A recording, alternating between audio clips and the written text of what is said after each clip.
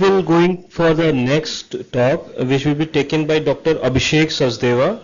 He is Associate Professor Cardiology in Amaran Medical College, Prayagraj, and is also the Director of Asha Heart Care and IC Center in Prayagraj. He will be taking a very important topic, how to approach a case of cardiomyopathy in 2024. So over to you, Dr. Abhishek. A very good evening to respected chairpersons. First of all, I would like to thank Dr. Alok sir for giving me an opportunity to speak in this academic fest and to bring many stalwarts of cardiology under one roof. So talking about cardiomyopathy, I have divided my talk into various subheadings. First of all, we have been knowing cardiology and the cardiomyopathy since 1950, and the first definition was given in 1955 as a disease of unknown etiology affecting heart muscles, and it has evolved as do the science since over the years. Currently, the definition, it is contemporary definition for cardiomyopathy, is a myocardial disorder in which the heart muscle is structurally and functionally abnormal in the absence of coronary artery disease, hypertension, valvular disease, and congenital heart disease, sufficient to explain the observed myocardial abnormality. So since 1980 up till 1985, many definitions have come, and they have evolved over the time. So the classification of cardiomyopathy, we have classification from European Society of Cardiology, which divides into hypertrophic, dilated, arrhythmogenic, restrictive, and unclassified. This is a classification from American College of Cardiology for cardiomyopathy, where they have divided into primary and secondary. Primary includes genetic, mixed, acquired, and secondary due to metabolic disease, inflammation, endocrine disease, toxicity, alcoholic, and others. This is the Moses classification, which is mostly given by the World Heart Federation and accepted, which involves morphological traits and functional traits. It is just like a TNM classification where Moses stands for morphological changes, M, O for organ involvement, G for genes, E for etiology, and S for functional class. So talking about cardiomyopathy, you deal with any cardiomyopathy, dilated, infiltrative, or HCM or any other. It is recommended that all patients with suspected or established cardiomyopathy should undergo systemic evaluation using a multi-parametric approach that includes clinical evaluation, P-degree analysis, definitely cascade genetic screening, ECG, Holter, laboratory stats, and multimodality imaging, including cardiac magnetic resonance, CMR, if required endomyocardial biopsy, and others.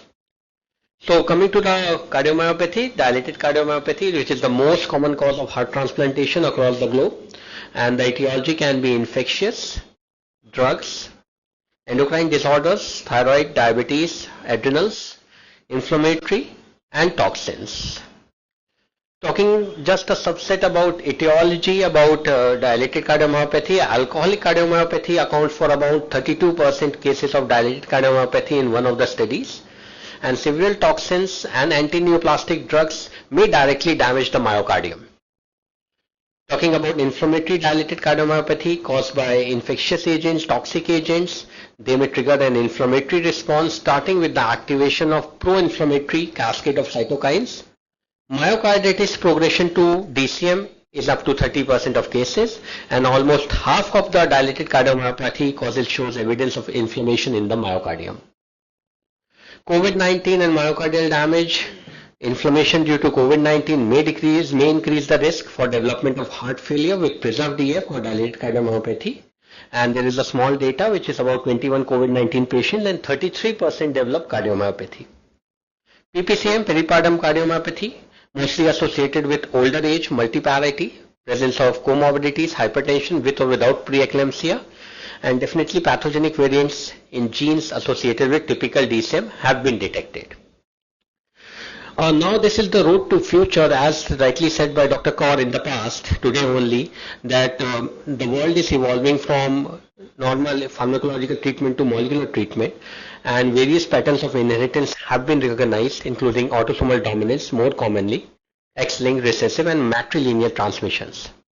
However, the genetic yield of DCM is estimated to be around 20 to 37%. And with the development and advancement of sequencing technologies, the analysis and discovery of more genes involved in DCM has become feasible. So studies using next generation sequences have identified the presence of 2 or more variants in more than 38% of affected cases of DCM. So now coming to diagnosis of dilated cardiomyopathy, Pinto et al.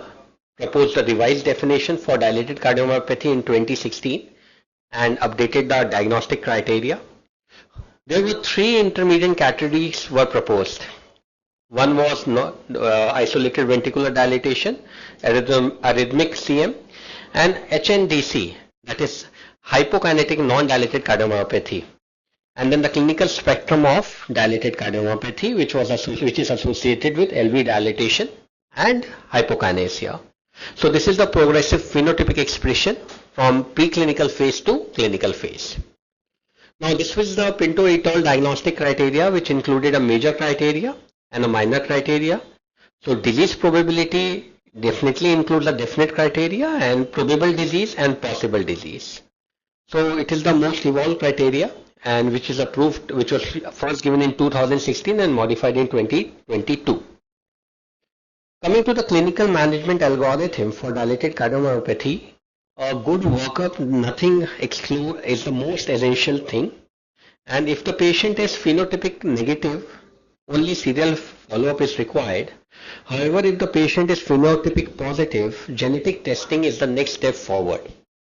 The reason being, even if your patient is stable and doing well, there are malignant genes, the presence of which indicates the likelihood of future arrhythmias and sudden cardiac death is high.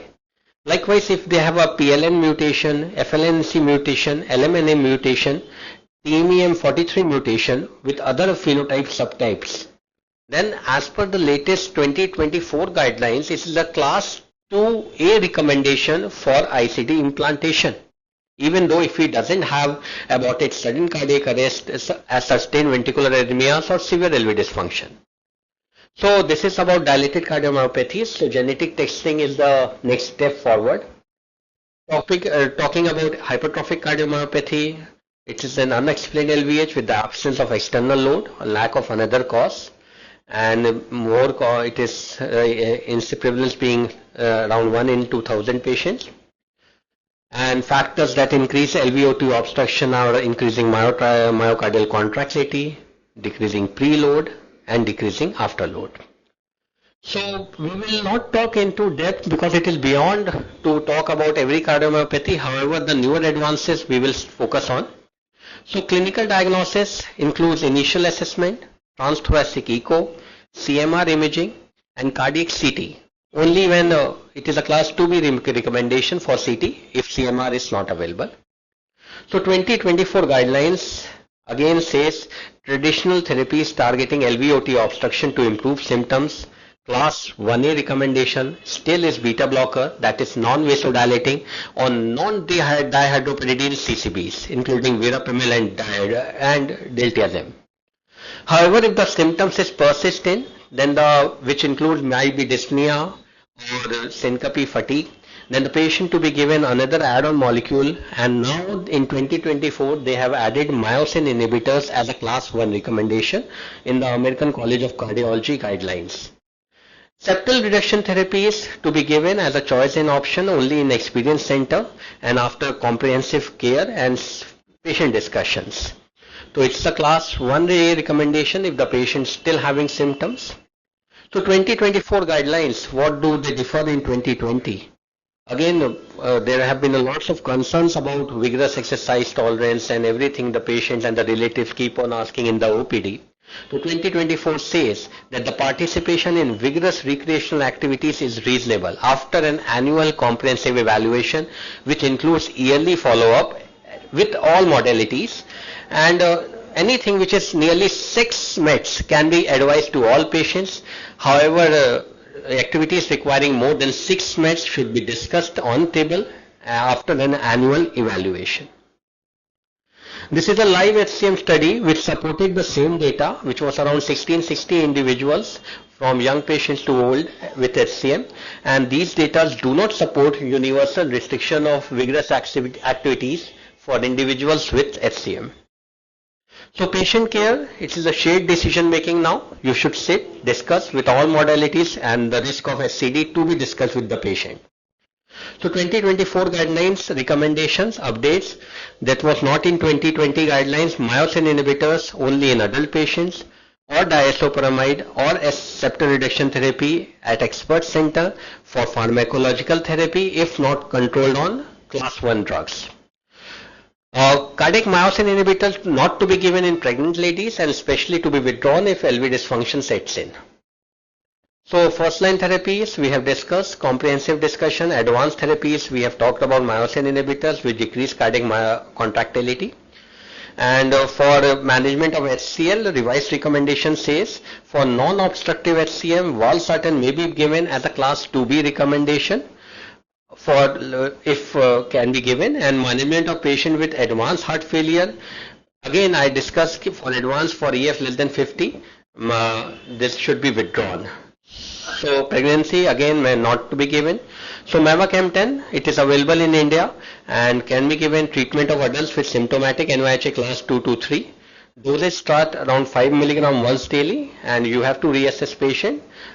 So these are the antiarrhythmic drug therapies for patient with AF and HCM. Once AF sets in a patient of hypertrophic cardiomyopathy, CHA2DS2-VASc score has no value and patient should be offered Novax or VKA as per the clinical scenario. Again, antiarrhythmic drug of choice still is the old and the gold molecule, amiodarone. Rest of them have still the same degree of side effect, which is prolonged QTC. We know our lovely drug amiodarone and the side effect which we are more familiar with. So 2024 guidelines for revised recommendation in pediatric patients.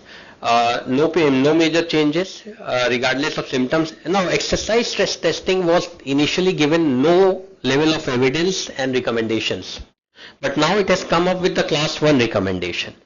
So for patient with HCM with greater than one major SCD risk factor, discussion of estimated 5 years sudden risk death and mortality rate to be done for an ICD implantation. Again, as I said, genetics is the key to the future of cardiomyopathies, and the rapid expansion and advancement have come with its own challenges. Interpretation difficult, but still multidisciplinary teams is the next thing to come. Key point, dilated cardiomyopathies is an umbrella term and describing the final common phenotype. We are witnessing the end of one size fits all approach and no longer targeting symptomatic treatment, but instead searching and targeting for the root of the disorder is very important, and reversal should be the aim. Creation of multidisciplinary teams may form the core of the individualized management of DCM, bringing the best care possible. Thank you, and I would like to say this is all about medicine.